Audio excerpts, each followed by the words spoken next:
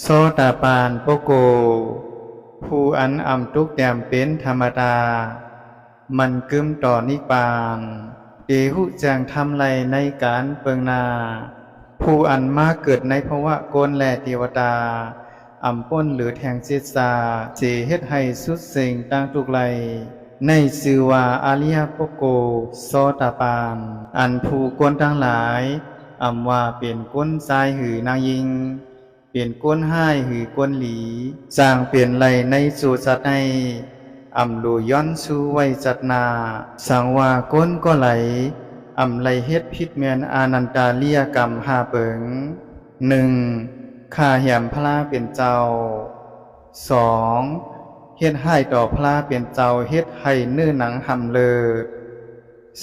3อย่าเก้าให้สั่งขาตั้งหลายแตกยายกัน4ข้าแม่5ข้าปอหาเปิงในแลเป็นอนันตาเลียกรรมอันผู้ก้นก็ไหลก็หนึ่งไหลเฮ็ดแม่นเย้าอำเป็นอาเลียโปโกไหลโสตาปานโปโกในเป็นผู้แทบขาดเปียดไหลสัญโยสะสิเปิง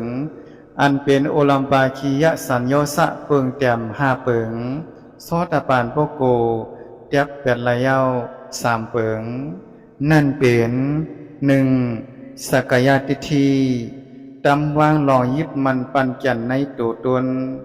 อำม่วนว่าตัวคิงหืออัตตาในเป็นของเฮา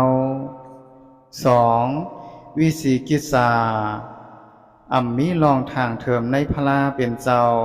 ในธรรมตลาเจ้าและในสังฆาอาริยเจ้า3ศิลพัตตาปามามีลองยืมยำของลีของกาดลองกิ้งเกี่ยวสตาอันเป็นตั้งยุ่มพี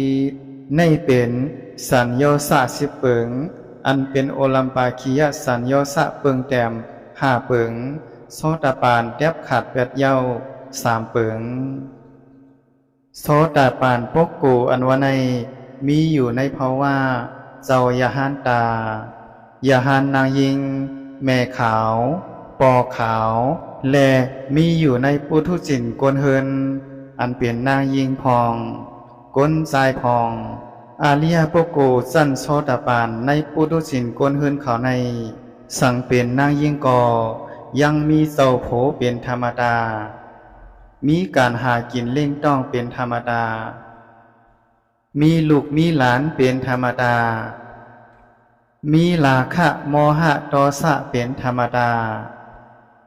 กวยกาโสตปานเขาในกุมทิ้งไหลลองราคะโลภะโทสะของตูเจ้าเก่าไหล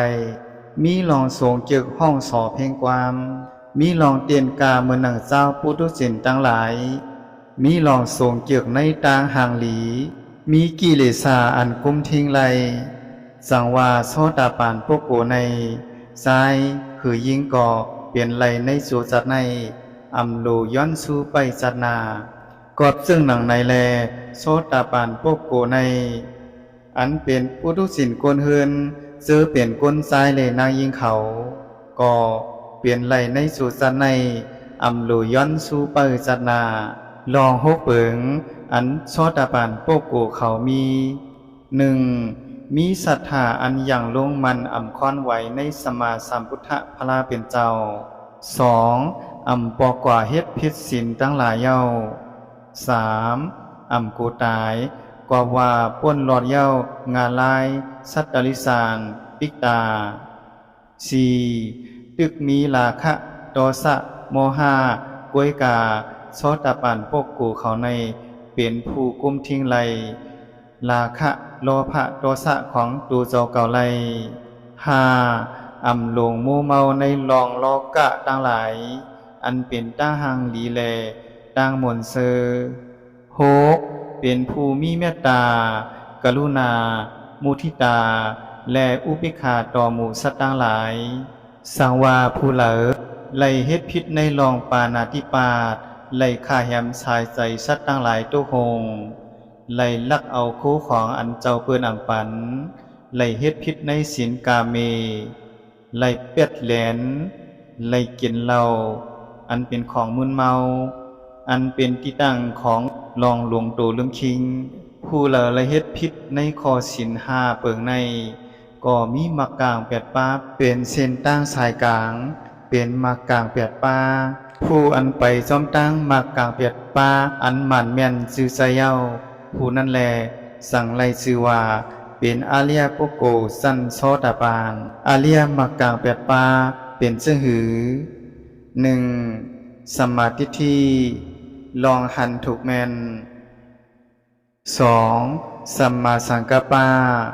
ลองวนถูกแมน 3. สัมมาวาจาลองลาดสาถูกแมน